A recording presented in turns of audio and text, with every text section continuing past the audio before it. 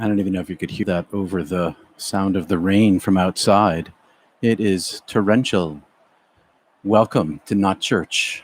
Life after reincarnation ends, soul evolution, conflicts between the Bible and lived near-death experience.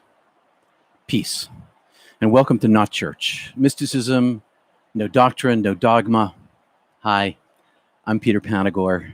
40 years Kriya yoga and centering prayer practice, Masters of Divinity from Yale Divinity with a focus in the classics of Western mysticism, a fan of the Yoga Sutras, Richard Rohr and Rumi, near-death experiencers times 2, lifetime natural-born mystic, transcendental free thinker, multiple out-of-body experiencer, wordsmith, and orator. Welcome, channeler of peace and healing and the universality of what mystical Christians call the pre- and post-existent Christ consciousness. If this is your first time here, and I know that's true for someone, welcome. And tell me your thoughts in the comments. I'd love to hear them. I'm very open to dialogue. Where 2 or 3 are gathered, I am there. It's always here. Capital I. It's always here. Always has been and always will be. Within a community with open minds and open hearts, we can reflect the light and magnify this spiritual energy, this Holy Spirit, through an opening of our intent when we gather, either live right now or while you're watching this, also right now, this recording at Not Church or anywhere groups of children of the light gather. The beloved is always in the now, and so is our universal communion. Last week, by request, it was do spirits of our living, loving, dead. I got to take that again. Last week, by request, it was do spirits of, I got to put my glasses on. This will make it easier. Oh, look at that. There's the words. Last week, by request, it was do spirits of our loving dead visit us. Conflicts between the Bible and lived experience. Today, another challenge. And step into heresy for some, and truth for many, by request. Life after reincarnation ends, soul evolution, conflicts between the Bible and my near-death experience and mystical experiences and all the literature I've read, and the Bible itself actually it doesn't conflict with the Bible. So what did Jesus say about resurrection, reincarnation, and soul evolution? And are you surprised to hear that he commented? He did. Stay tuned. But first, group Shaktipat, the sharing of spiritual energy from above, living within us, among us, and between us. The energy with a capital E, aka the Holy Spirit, is a lively multiplier.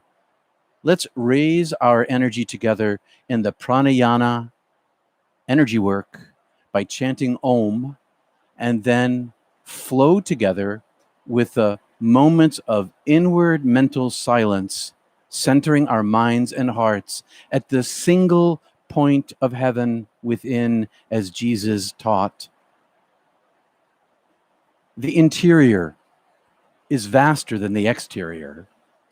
In pranayama last week, we clenched and retracted our abdominal muscles and sphincter muscles on the exhale, driving our prana up to our third eye, and then relaxing on the inhale to let the prana flow down our spines like hot honey into our chakra root.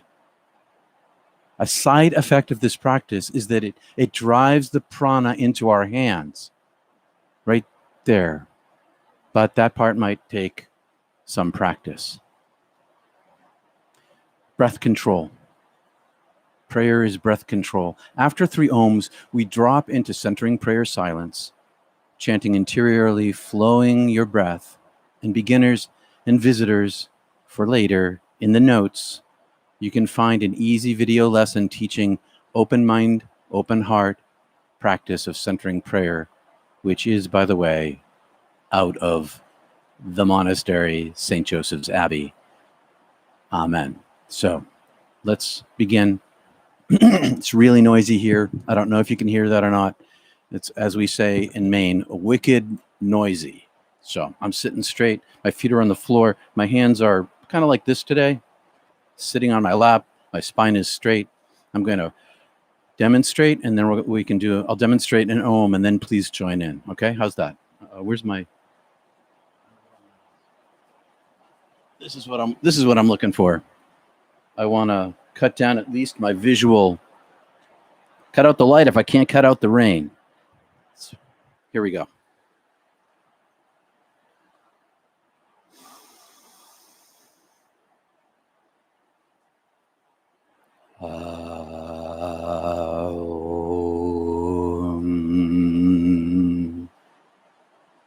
Together.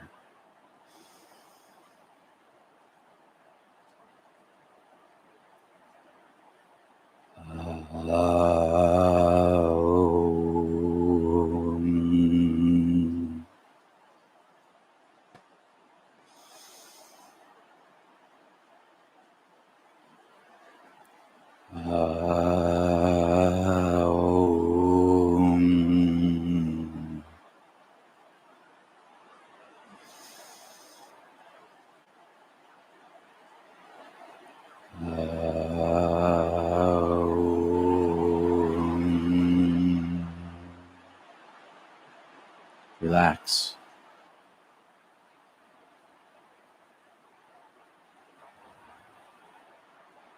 Inhale, breathe through your nose, down your spine, into your sacral chakra or your root, and back up again.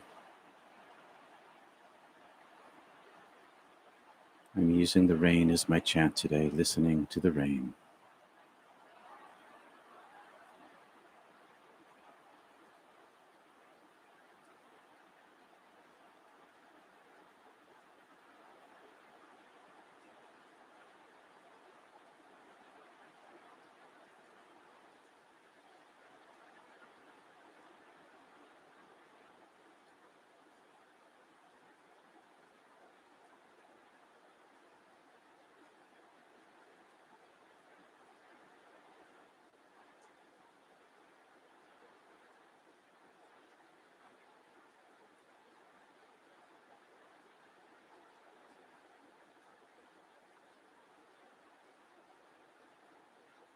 Where 2 or 3 are gathered, I am there. Life after reincarnation ends. Soul evolution. Conflicts and congenialities between the Bible and lived near-death experience. In the book called Luke, Jesus says, there's no marriage in heaven because we have no bodies, so no need for making babies or recreational sex. He was answering his clever opponents who were trying to verbally trick and entrap him so that they could catch and kill him. Mysticism is a threat to institutions. It always has been. He was a threat to the institution, the mystical Jesus.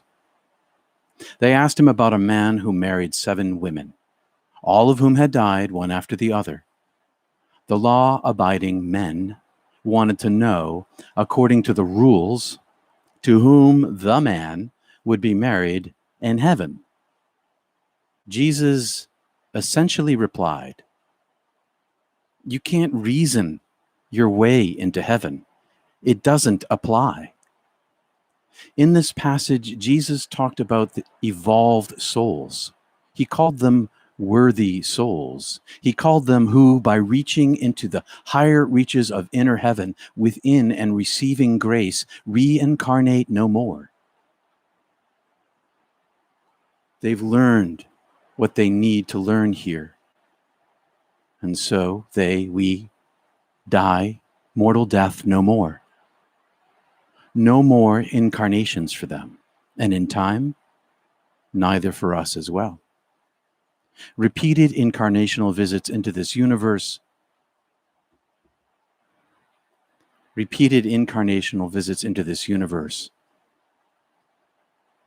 and other worlds strips off the 70,000 veils one by one, or 1,000 at a time, layer by layer, life by life, veil by veil, until the light dawns, then rises inside us. And then finally, no more trips to this age, to this realm, to this world, to this universe, this denser dimension, and then the end of suffering. You know, I used to say, if I get to choose, then this is my last incarnation. I want to go home and stay home. I want love. I want union, bliss, joy, eternally increasing in beauty and paradise. However, now that I've lived 3 lives in this incarnation, I see more of what a kind of type of help and benefit someone like a bodhisattva, like nature, might give during this most crucial time and the 300,000 years of Homo sapien history. We all have light to give in this life or any other life we live after. And the deeper we travel into the light now, the more light comes through us the next time around. Maybe we're all sort of bodhisattvas in a way, or bodhisattvas to be. If the choice is mine, having seen in many mystical visions all that I've been shown, I may choose to return again to help. For 30 years, I never thought I would consider incarnating again, but then I learned and understood soul evolution, at least for me. The biggest evolution of your soul happens the day you mortally die. That's the unveiling of yourself. It's like an instant evolution. But what about evolution after death?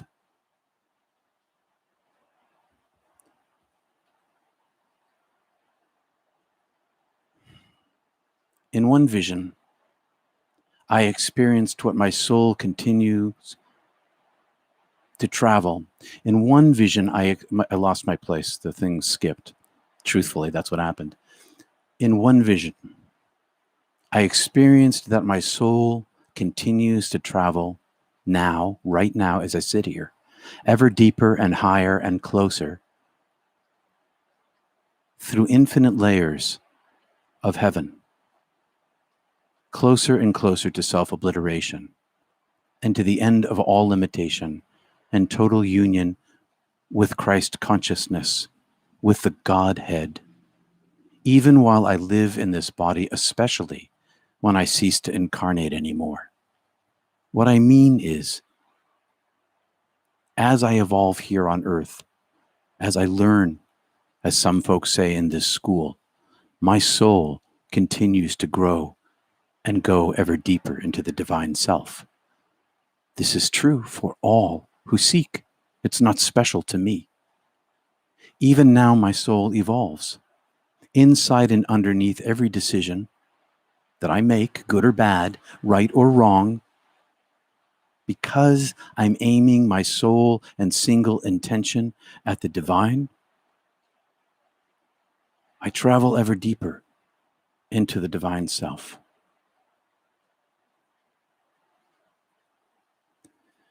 In one vision, I'll tell you what happened.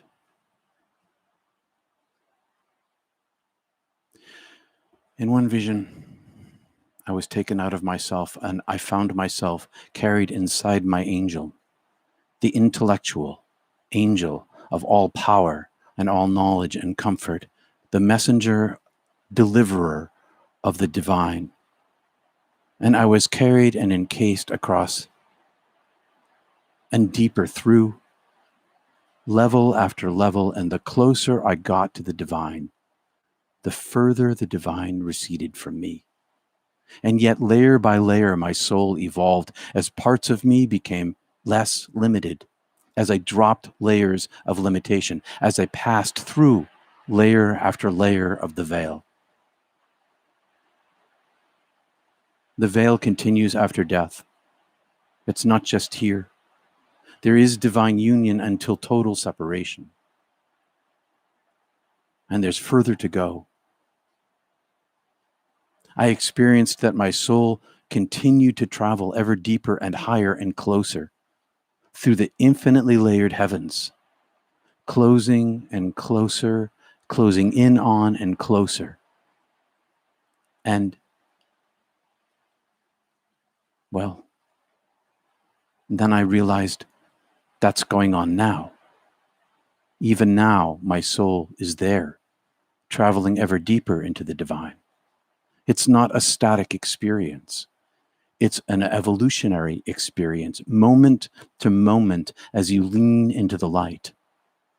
Inside and underneath every decision, good or bad, right or wrong, because I'm aiming my intention at the oneness, at the light itself, leaning moment by moment toward the light as best I can, while living in this material world. Eventually, when I incarnate no more, I know I experienced many times, many layers of limitation stripped away from the density of my soul.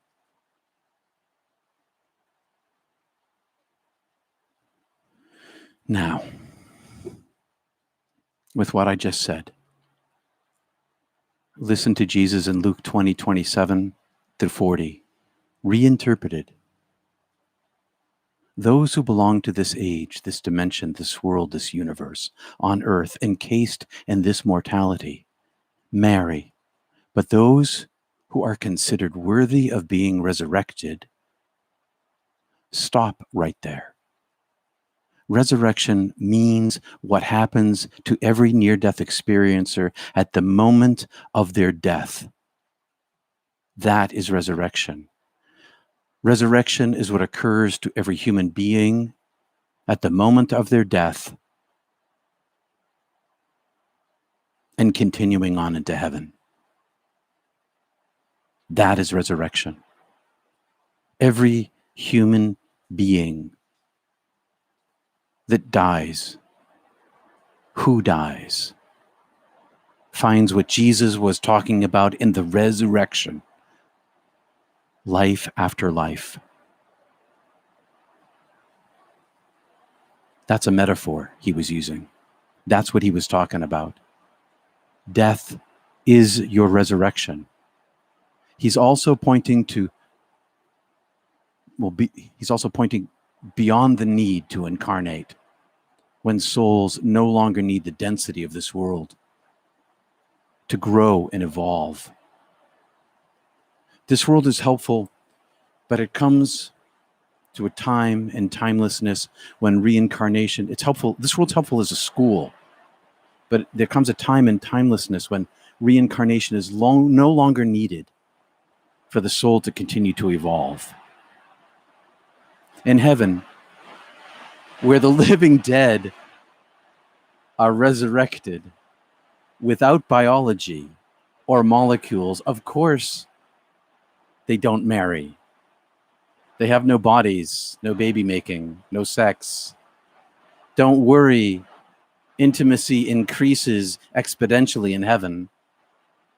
In that age, in that higher dimension, in that world, capital letters on all of those, age, higher dimension, and world, in that heaven, souls cannot mortally die because we have shed our mortality. But death continues in that we lose our limitations. More and more we evolve into the divine self. Mortal death ends and bliss remains. This means also no more incarnations, no more reincarnations, just more ending of limitation. layer by layer, ever increasing in bliss, in soul evolution forever deeper, ever wiser, ever more blessed, ever more in paradise, moving ever deeper into the eternal now, the eternal love. Each upper level is a new reconstruction of yourself because it deconstructs a part of you. It's a new resurrection, a return to a deeper and truer self with fewer and fewer limitations and more reunion in love. Isn't that what you want?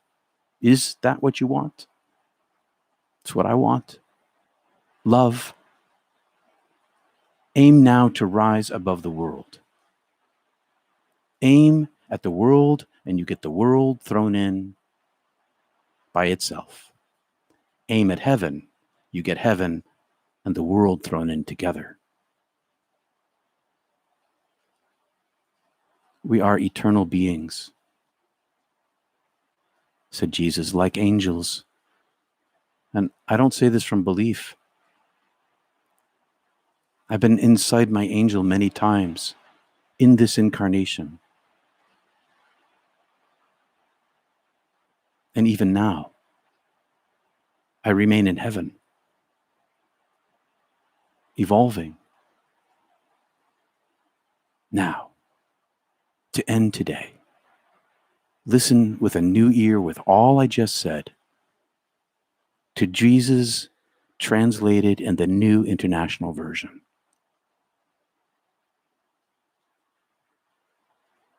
The people of this age marry and are given in marriage.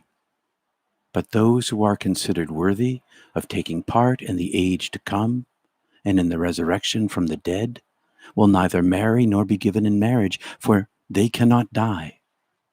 For they are like angels. They are God's children, since they are children of the resurrection. But in the account of the burning bush, even Moses showed that the dead rise. For he calls the YHWH, the Hovier, Vovier, the ineffable, the Lord, Yahweh.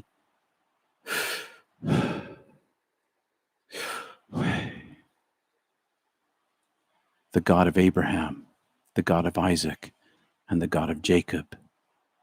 For even Moses showed that the dead rise. For Yahweh, the ineffable, calls the God of Abraham, and the God of Isaac, and the God of Jacob. He is not the God of the dead, but the God of the living. And here's the kicker. For to him, all are alive. All are alive. You are alive. All of your dead loved ones are alive. Everyone who has ever lived is alive. Everyone who is worthy, said Jesus. Who is worthy? Everyone. Because nothing is lost. Because everyone is beloved. Because everyone is made of goodness. Because everyone is made of love. Because everyone is part of God. Because God cannot lose God's self.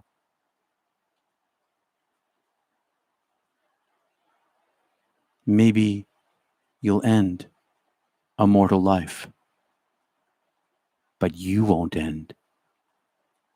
And because God is infinite and eternal, and we are created beings, and God is uncreated, because of all of that, our souls can continue, will continue to evolve. Stripping off layer by layer, more and more light, more and more like the cosmic Christ. Call it any name you want. So, Sorry about the snafus with the teleprompter today. But tell me in the comments if you ever feel the flow, capital F, when you're at not church, if you ever feel the divine energy, if you ever feel the Holy Spirit, call it what you will. Or tell me your thoughts on what you heard here today. Have you ever experienced your soul evolving? Do you know what I'm talking about or trying to say? Tell me in the comments, please. If you stuck with me this far this morning, thank you. It was a difficult morning, the pouring rain, torrential. I could hardly hear myself speak. Thank you. And if I touched your heart or made you think, then please subscribe and like. If not church and all the mission work we do inspires you and gives you hope, then please join our ministry by becoming a supporting partner at any level by giving whatever you can, whenever you can at peterpanagore.love. You just look for the spinning red heart in the middle of the page. PayPal, Patreon, Venmo, Zelle, and reoccurring. And reoccurring really helps. Every little bit helps me continue speaking and acting and helping. Ours is a partnership sending God's universal message of love to as many millions as possible, freeing minds, inflaming hearts, encouraging mystical conversation and the public square, confronting misinterpretation of the Bible. In line with Richard Rohr, I've been reading The Universal Christ this week. Wow. And bringing the power of heaven for life and soul healing to earth together. We are in this together. This is much larger than me and you. This is a global phenomenon. And we're just doing our parts. Thanks again for being here today. And FYI, I'm co-officiating a memorial service this afternoon for an old dear heart. And I won't be at my desk. Next up is Mystic TEA Salon at the top of the hour. See you in the link below. You can find the link below. And if you need or want to speak to me, please book an appointment at peterpanagore.love. I specialize in mystical and spiritually deep conversations, grief, and what is commonly called pastoral care. So, my friends, that was a little bumpy today. Thanks for being here. Thank you, Kristen, and thank you, Carmen, for your super chats this morning. That's very helpful. Appreciate it. Thank you. OP. What does OP mean, Carmen? Where I live, OP means Ocean Point. Thank you, Nancy. All right, I'm going to skim back a little bit and see what's going on here. How evangelicals abandoned Christianity and became conservatives instead. As a pastor for many, many years, I saw faith in Jesus gradually replaced by right-wing ideology by Nathan Matterson. That was by Desert Claire brought that up. That sounds great. Thank you for bringing that up. Ancient Tibetan wisdom talks about the 7 stages of evolution. The human experience is the 4th. The 5th is where Jesus, Muhammad, and Krishna, etc., have achieved. 6th and 7th are way beyond human understanding. Charlie, I did not know that. Thank you for bringing that in. That is really interesting. Yes to that. Wow. For now, we see through a mirror dimly. Kristen, that's right. That book sounds like Urantra. Cal Extra. Hey, I read that book, the Urantra book, long 10, 15 years ago. The God of Abraham, the God of Isaac, and the God of our fathers glorified his servant Jesus, whom God raised from the dead, of which we are witnesses. Amen. Now, if you begin to see with the eyes of the universal Christ, of the Christ consciousness, call it whatever name you want to call it, the pre-existent, when you begin to see through those eyes, you begin to read that old book, that old good book, through a different understanding of wisdom. And you can begin to see the wrong path we took, especially after the East and the West churches broke apart. And the West tossed out mysticism. They tossed out direct experience. They tossed out the Christ, and they replaced it with the Jesus. Nowhere does Jesus say, worship me. And that's exactly what we do in Western Christianity, although I don't. I'm not there. I'm not a Jesusist. Master teacher, enlightened being, words worth studying, life worth emulating, representing the Christ consciousness living inside him. Pre-existing him. We've talked about this. Begin to see with your inner eye. And then when you read the scriptures or any mythologies anywhere, Tibetan Book of the Dead, you see it anew, because now you see it with a higher understanding, a higher vibration. The wisdom of metaphor, the wisdom of simile and symbol. Similar to what Edgar Cayce talked about, I believe. There you go, resonates. I sense the struggle of understanding because I've been there. Souls can be in different dimensions at the same time. And if you aren't aware of that, some of your actions may not make sense. Yes, Michelle. That's what I'm talking about. I live in two places at once, constantly, every day. I have a foot here and a foot there, an eye here and an eye there. And this happens anytime you have a mystical experience. You get to live in another dimension. You are living in two dimensions at once. You are living in the divine self, and you still got a body. Two places at once. Thank you, Michelle, for bringing that up. Thank you. Father Roar and you are true mystic teachers. Hey, thanks, Brother Ed. Thank you, Brother Ed. Thank you, Brother Ed. I have no idea, says Carmen. You have no idea what I'm talking about? I don't know if that's what you mean, but if you don't, I didn't do a very good job. Anyway, let me know if that's what you're talking about, and I can try again, because this is all an experiment. I'm trying to figure out how to say this. And if I can say it better another time, I will. Helen Dillon, interesting. Don't need the density of this world. What a tangible way to put it. Love that, Peter. Yeah, it's a pretty dense world here. It's thick. It's like fog here. Is this the New International Version of the Bible to get? It's a version of the Bible that I read, the New International Version. I read that Bible. I read the King James Version. I read the New Revised Standard Version. I like the New Living Translation.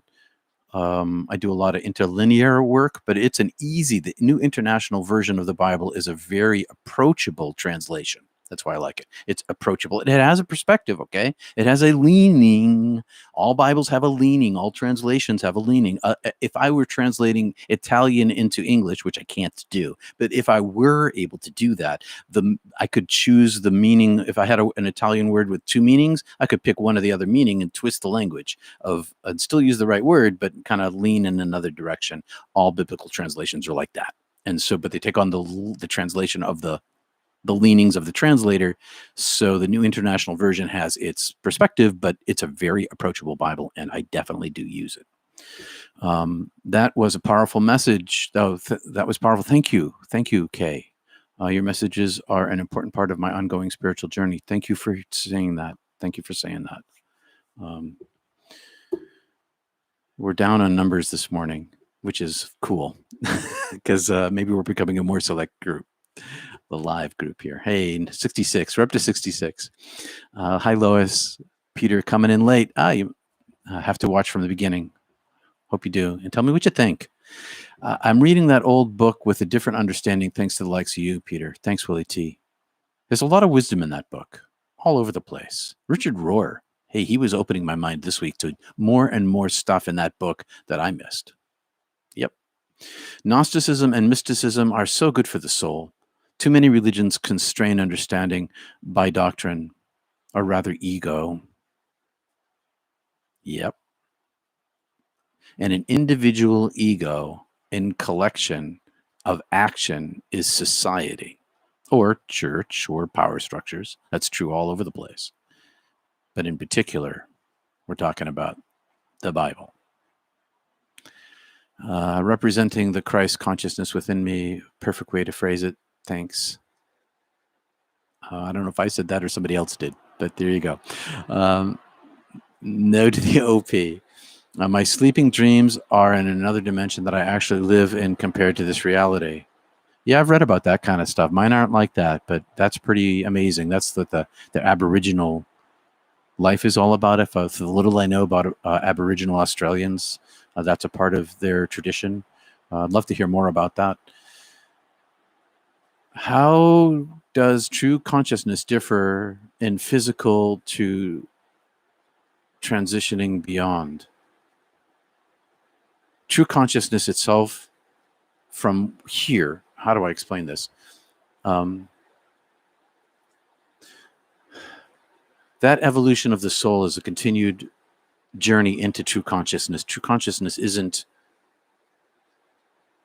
I didn't experience the fullness of my consciousness when I was dead or in any of my mystical experiences, even while I was in a state of union, because infinity is so far beyond me that I still had further to go. And yet, the experience of true consciousness, anytime I'm out of myself, has no limitation based in my brain or my body. And because it has no limitation based in my brain or my body, my thinking is not in the way of my being.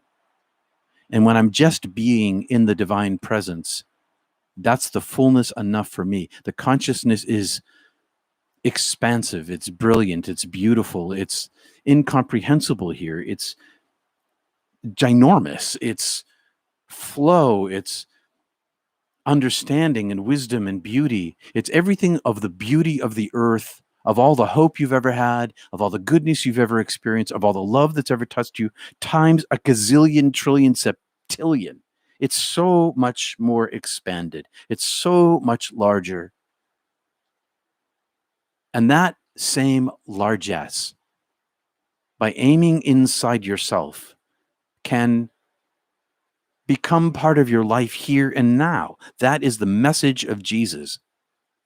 That's what he's trying to teach us. That's what he's trying to show us in his death and resurrection. That death is not real and that you live beyond it. And in his life, he showed you can bring heaven here now. That's what we're all after. That's what I'm after. That's what Not Church is here for. That's why I started it. One of the reasons why I want to bring more heaven here now, not with knowledge or even understanding, as important as those are, but with direct experience of the flow itself. Letting the divine speak for itself inside of whatever we do here on Sunday morning, all the words I say, all the planning that I do, and the presence of the people together underneath all of that is where the flow is. Yeah, Richard Rohr is great, says Michelle.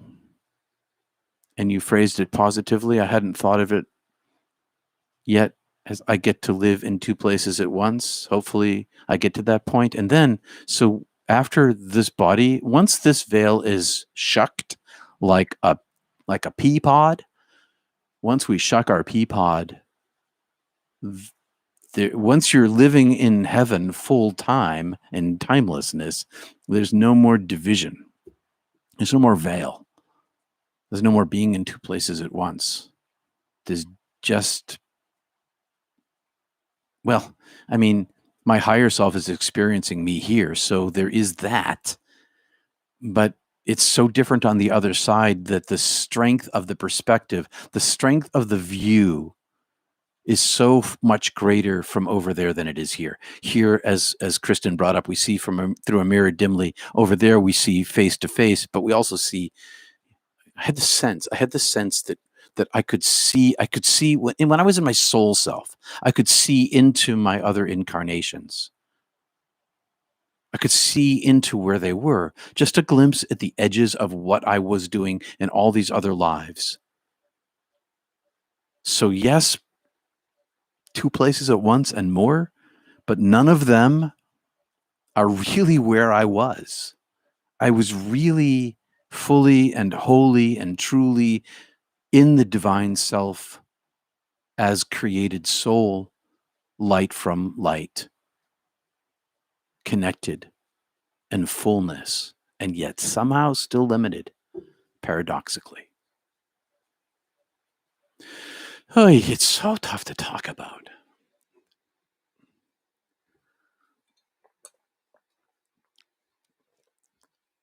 Yeah, I don't think sequential time exists in heaven. Sequential time exists in our universe. Okay.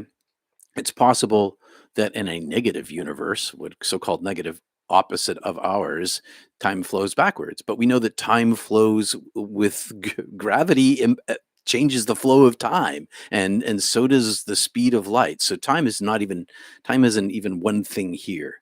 Um, I've been reading about block time, and in physics, they're talking about all time existing at once, which is why you get a little precognition because and yet there's all these sort of variants, variations of time flows. It's way above my pay grade. I don't get the full thing. I don't. I get some of it, but I don't get the whole picture here. But I just know that what I saw, um, I was outside of time. And I wasn't just looking at my lives in Earth. I had the deepest sense that I saw my other lives in other universes, like other dimensions, like other spaces, and maybe on Earth too. But they weren't just here. It's just I wish I could say it better, but I can't because some of it's not with me. I didn't bring it back. Didn't you say that you saw all your lives sequentially time? Yeah, okay, I read that one. If you like Richard Rohr, you'll love James Finney. I've heard of James Finley, also a teacher at CAC with Richard. Check out his podcast on mystics. Wonderful stuff. James Finley, cool. I've heard his name. Thanks, John. Didn't know who he was though. I knew he was associated with him somehow. Hi, so glad to be awake in Australia to watch you live. Hi, Leah Beachy. Hi, Leah Beachy. Um, you must be in the middle of the night there and winter. Thanks for being awake with us. Well, that's what we're trying to do here. We're trying to wake up. This is all about waking up. So thanks for being there. Sorry I'm late. Good morning. Hey, Stardust. LOL Peapod. There's on Nantucket, I think it is on the Nantucket Island. There's a gravestone. It's somebody shucked his pod. Shucked the farmer John shucked his pod and took his peas to go back home, or something like that. I'd have to look it up, but that's where I got that idea from. That gravestone. It's funny. Anyway, sequential time doesn't exist. Sequential time exists here, but not there, because sequential time is part of the universal structure of the universe, space and time. It's what we call space time. It doesn't exist in heaven. All time exists in heaven and no time exists there. It's all one time, and every time it's impossible to say, impossible to describe. You'll find out for yourself. Don't worry about it. You'll see it. Willie T, fascinating. Thanks, Willie. Understanding is the booby prize experience is God's gift of grace.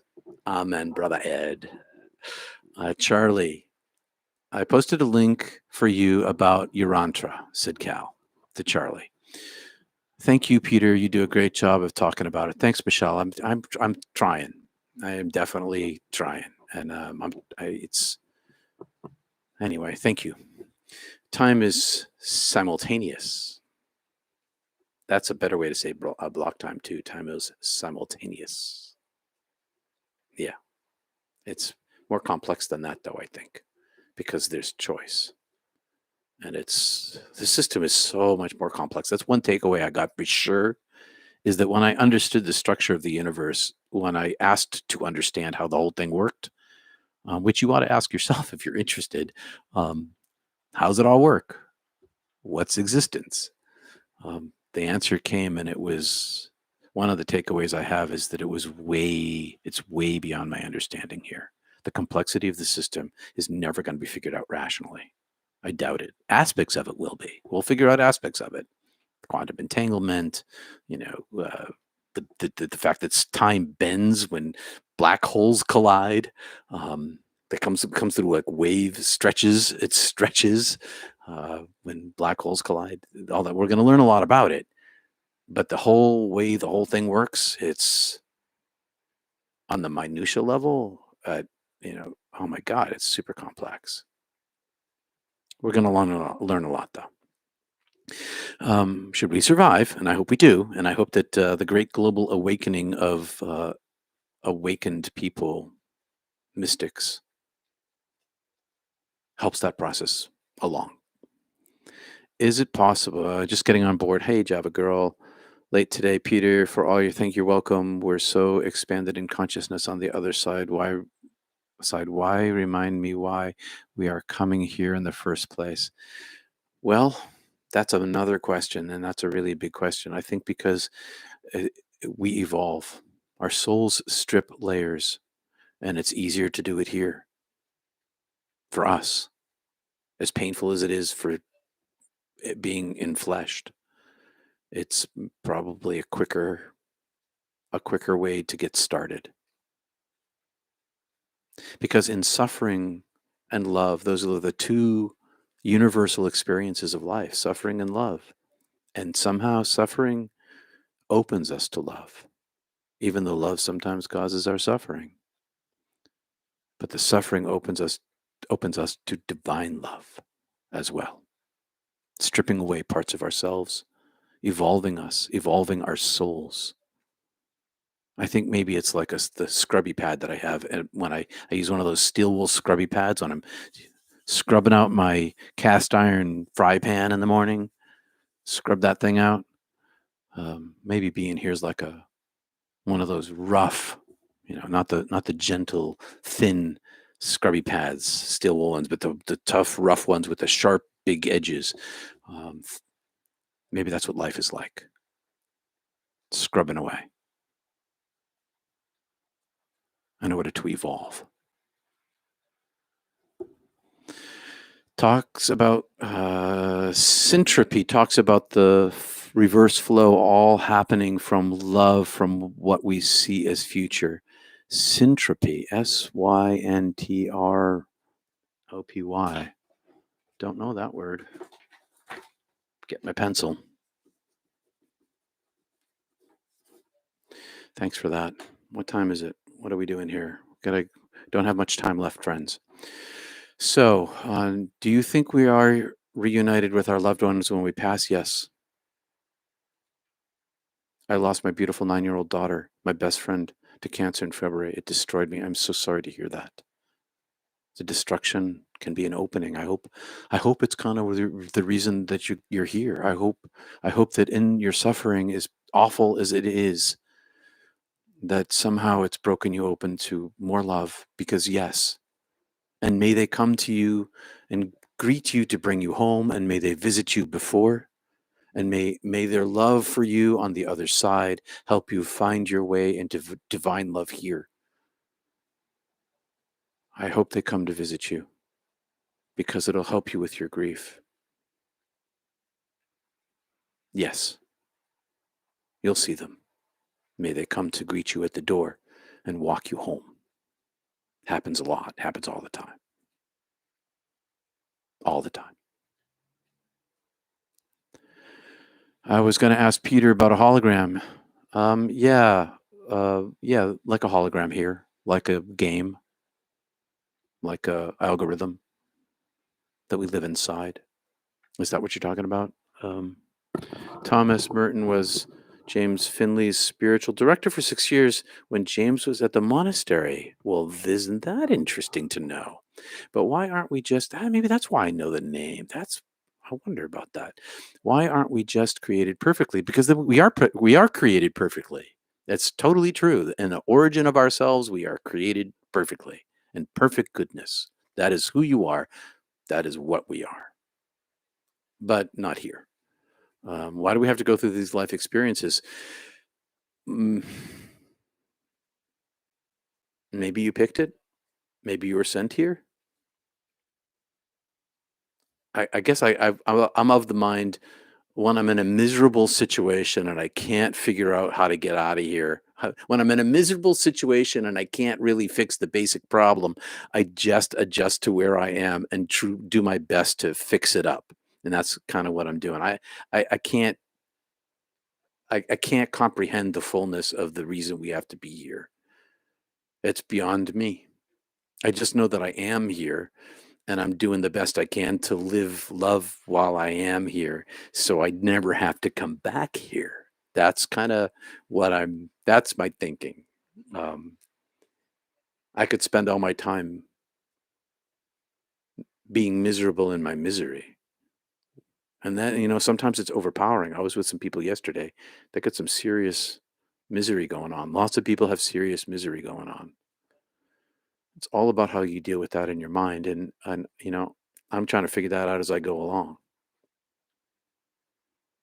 But underneath my figuring out how to live with my misery here, I aim my heart at heaven now. And I bring heaven into my life. And it turns out that's the best way for me to deal with my misery, by creating more space inside myself for the light. I can't answer the why question, not fully, a little bit, but I can answer the how to get out of here question. Because all these people nodding at the books behind me, they all asked the same question and gave us answers on how to. That's where I'm aiming my heart. Misery lives here, but love also lives here. I wish I could help that with you. I gotta check the time, my friends. Yeah, I've got a few minutes left. Greg Brandon is also a geologist who has studied ancient cultures all over the world. He has videos where he melds science with spirituality. Fascinating how we are just now discovering what the ancients knew. Greg Brandon, thank you, Kay. Thanks to everybody for the kind words. I share my kind words with you too, but I'm not sure why. I'm not sure what happened. I must have missed that. I'm sorry that I don't know. Not sure how to find what you said. Could you repeat what you said? Do you mind? Thank you. I hope you find comfort in science. Oh, you were talking about the death of your family. I get so involved with the present moment that I kind of locked out the past, even the recent past. But yes, I'm with them. My condolences. I follow Greg on YouTube. Here is a book, Syntropy, The Spirit of Love. Thank you. Yes, misery makes one feel guilty not to have the misery if you get there. Yes, serious misery makes one feel guilty not to have the misery if you get there. Do you mean that you think that you'll feel guilty when you're there? And that because you don't have misery? Um, maybe for some people before they go too far inside of heaven. But to be in the presence of the divine light is to not have misery at all, forget all suffering. And that includes everybody we lost, everybody who's waiting for us on the other side. No misery for them. Misery for us because we've lost them, but no misery for them.